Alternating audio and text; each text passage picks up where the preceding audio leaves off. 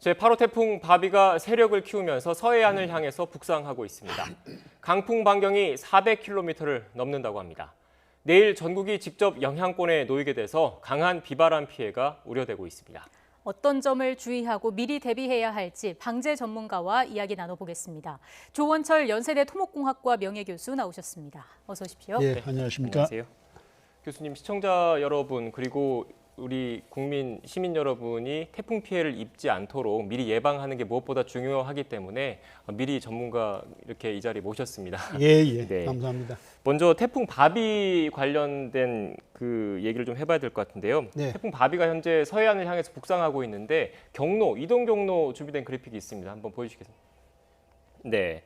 태풍 바비가 서해안으로 북상을 하고 있는데 이 태풍의 경로가 과거에 제13호 태풍 링링과 15호 태풍 볼라벤 등과 유사한 경로를 보이고 있습니다. 그렇죠. 네. 그리고 2000년대 초에 그 태풍 에위니아라고 이 진도하고 해남 사이로 들어와서 군산 쪽에 와서 사라졌던 그 에위니아하고도 상당히 이제 비슷하긴 한데 그보다는 더 서쪽으로 와요. 네, 지금 준비된 그 그래픽이 태풍 나가고 중심이 있네요. 네. 서쪽에 있기 때문에 우리 한반도는 중심에서 동쪽으로 놓이거든요. 예. 그래서 중심에서 동쪽으로 놓이면 강풍이 더 이제 세게 부는 거 그런 이제 지구 물리학적인 현상이 분명히 있습니다. 예. 네. 특히 보면 그 서해안 쪽으로 북상을 하고 있잖아요. 그런데 네. 일반적으로 위험한 곳이 태풍 진로의 오른쪽 부분이기 때문에 예. 특히 더 걱정이 되고 있거든요. 예, 이 태풍 중심의 오른쪽이라고 하는 것은 동쪽이거든요. 네.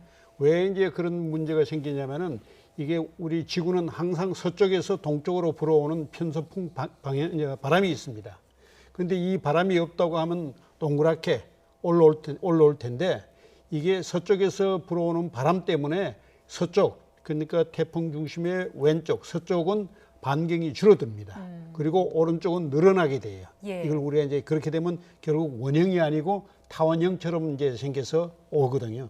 근데 태풍 눈 속에 돌아가는 그 속도, 그걸 우리가 각속도라고 그러는데 각속도는 일정합니다. 왼쪽이 짧든 오른쪽이 길어지든 관계없이. 그래서 중심에서부터 멀수록 바람이 더 세집니다. 예. 그래서 우리가 더 태풍계 동쪽을 우리가 더 위험 반경이다 그렇게 이야기를 하고 있죠. 우리나라가 태풍 진로의 위험 반원인 오른쪽에 위치해 있기 때문에 지금 또 위험한 상황이고 피해가 우려되는 상황인데 그렇죠. 그 태풍의 위력에 대해서 앞서 제가 간략하게 설명을 해드렸습니다만 교수님께서 위력에 대해서 좀 더 상세하게 쉽게 설명을 해주신다면요. 제가 우리가 인위적으로 바람을 일으키는 윈드 터널이라고 있어요. 예. 우리나라에서 제일 큰 건설회사 연구소에서 이제 갖고 있는데 거기에서 30m 바람을 받았더니 호흡하기가 힘이 들어요. 입 안, 코 안, 눈, 귀에서 바람이 전부 빠져나가는 걸 느꼈어요. 그 이제 더 세게 되면은 오히려 코에서 피가 나오는 경우까지 있어요. 그래서 초속 한 47m 정도 되니까 네. 초속 47m 정도 되니까 서 있지를 못하겠어요. 다행히 그때 이제 안전 장구를 전부 다 줄을 묶어 가지고 있었기 때문에 사고가 안 났었지. 예. 그 이상이 되면 얼마든지 사고가 날 수 있고 사람이 제대로 서 있을 수가 없습니다. 아까 표준으로 여러 가지 이제 기준을 말씀해 주셨는데 네, 네. 사실 훨씬 더 위험해요. 바람에 날리는 것뿐만 아니라 사람이 호흡하는데까지도 절대적인 영향을 미칩니다. 입을 벌리면 입에서부터 공기가 빠져나가고 코는 우리가 막으면 좋은데 막아야 되는데 코로도 바람이 빠져나오고 눈에서도 눈알이 튀어나온다고 원인들 속된 표현을 하지 않습니까? 귀도 마찬가지입니다. 그런 신체적인 변화를 우리가 경험을 하게 되는데 네, 교수님 지금 화면에 나가고 있는 게 예. 기자가 직접 바람 세기를 체험한 거거든요. 지금 예. 초속 20m, 조금 전에 초속 20m였는데 사실 제대로 서 있기가 좀 힘든 상황입니다. 힘들죠. 네. 20m라도. 이게 지금 초속 30m고요. 30m면은 3.6을 곱하면 시속 108km입니다. 예. 자동차 108km 달리는 속도를 생각하시면은 네. 저게 위력이 어느 정도냐 하는 것을 일반 시민들은 감지하실 겁니다. 네, 앞서 그래픽을 통해 잠깐 나갔는데 지금 북상하고 있는 태풍 바비 같은 경우에는 초속 40m 안팎의 네. 매우 강한 바람이 예. 지금 부는 거죠. 예. 초속 약 한 145km 정도 되거든요. 네. 시속으로 따지면은. 그러니까 굉장한 거죠. 앞서 저희가 그 영상에서 보신 것처럼 초속 30m일 때 성인이 제대로 서 있지 못하는 수준이었는데 예, 그럼 예. 초속 50m에 가까운 정도면 그리고 초속 50m가 넘으면 바람으로 인해서 발생할 수 있는 모든 재난이 가능한 풍속이다라고 하더라고요. 그렇죠. 그 이전에 이미 재난이 발생합니다만은 예. 초속 50m라고 하면은 약 180km가 넘거든요. 시속 180km가 넘습니다. 네. 자동차가 180km 달린다고 생각을 해보시면은 뭐든지 부딪히면은 다 사고가 나는 거죠. 네. 예. 이렇게 바람이 강하게 부는데 특히 바닷가 같은 경우에는 해일 우리가 이제 피해도 이 바람 피해를 이야기할 때는 예. 바다하고 육지로 구분해 주시는 것이 좋습니다. 네. 네. 먼저 바다부터 말씀 한번 해주시겠습니까? 바다를 이야기하면 우선 선박은 뭐 적어도 내일 오전까지 늦어도 작업하던 모든 선박은 이미 다 항구에 들어왔을 겁니다. 당연히 예. 그렇게 해야 되고 그렇지 않으면 뭐 당장 풍랑 사고를 당하는 거고요. 그다음에 우리 바닷가에 보면 각종 그 양식 시설이 많이 있습니다. 물고기를 키운다든지 김이라든지 굴 또는 뭐 미역 같은 걸 키우는데 이것이 피해를 많이 입습니다. 예. 근데 요즘 이제 최근에 와서 그 양식 하시는 분들이 조금 더 투자를 하고 기술이 발달이 돼서 유사시에 이번 같이 강풍이 불 때는 이걸 바닷속 깊이 10m 내지 한 15m 더 깊이 넣는 장치를 해놓은 분들이 더러 있습니다. 근데 물고기를 키울 때는 갑자기 깊은 데 넣으면 물고기가 압력을 감당을 못해요. 그래서 평상시에 물고기를 압력에 대해서, 압력 변화에 대해서 견딜 수 있도록 훈련을 시키는 그런 과정도 하시는 분이 아주 과학적으로 그 하시는 분들이 있고요. 네. 그다음에 이제 바닷가가 제일 문제되는 것이 이번 같이 태풍이 우리 서해안으로 들어오면은 우리 서해나 남해는 굴곡이 굉장히 심합니다. 그리고 태풍 중심 기압이 낮기 때문에 해수면이 전체적으로 올라오고 그 위에 강풍이 불면 큰 파도가 일어나거든요. 이것이 넓은 바다에서 좁은 만으로 들어오면은 만은 안쪽으로 들어올 수 6km 가까이 올수록 좁아지기 때문에 해수면이 점점 파도가 더 올라갑니다. 그래서 만에서 넘치고 바닷물이 만약 농경지로 들어오면은 농경지는 이제 농사는 다 망쳐버리거든요. 해일 네. 피해를 말씀하시는 거죠? 그렇죠. 이제 네. 폭풍 해일이죠. 예, 폭풍 해일인데 일반적으로 해일 그래서 전부 이제 해수면이 올라가는 것만 생각하는데 이게 넓은 바다에서 좁은 만으로 들어오면은 상상 외로 해수면이 더 높아지고 파도가 더 높아집니다. 네. 높아지기 때문에 바닷가에 있는 제방들, 방조제라고 그러죠. 이 제방들을 넘치고 또 제방 그 안쪽에 있는 농경지라든지 각종 우리 주거 시설 또는 산업 시설이 전부 막대한 피해를 입게 되는 겁니다. 네, 그 근처에 계신 분들은 이런 해일 피해를 막기 위해서 지대가 높은 곳이라든지 미리 대피 장소 등도 숙지해 그렇죠. 주실 필요가 있겠네요. 높은 곳이나 아예 안전한 곳으로 대피하는 것이 그래서 우리에게 지금 우리 재난 관리에서 참 아쉬운 점이 하나 있습니다. 네. 예, 지난번 우리 홍수 때도 마찬가지였습니다. 모든 것이 사후에 재해를 입고 나서 재난의 결과가 재해인데 재해를 당하고 나서야 그때 특별 재해 지역이다 그렇게 선포를 하는데 미국이나 일본 같은 데서는 우리하고 다릅니다.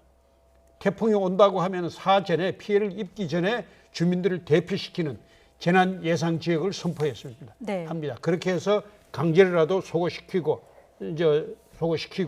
그 명령에 따르지 않았을 때는 전부 모든 책임을 본인이 지고 뿐만 아니라 그 사람을 구하기 위해서 소방대원이든지 군인들이 가서 활동을 했을 때 드는 사회적 경비까지도 추가해서 벌과금으로 매기는 그런 제도가 있는데 우리는 모든 것이 사후에만 처리하고 있습니다. 우리도 사전에 재난 그 예보를 선언할 수 있는 그런 제도적 발전이 있었으면 좋겠습니다. 네, 소잃고 외양간 고치기식이 되지 않도록 사전에 국가적 그리고 개인적으로 철저한 대비가 필요하다라는 그렇죠. 말씀으로 이해가 되고요. 예. 앞선 장마로 인해서 수해를 입은 농민들이 많습니다. 비닐하우스 역시 지금 강풍 피해도 우려되는 상황 아니겠습니까? 그렇죠. 남아있는 이제 전번 홍수 때문에 그리고 폭우 때문에 피해를 많이 입었는데 그나마 또 잘 견딘 비닐하우스도 있습니다. 지금까지 전혀 홍수 피해를 입지 않은 곳도 있고요.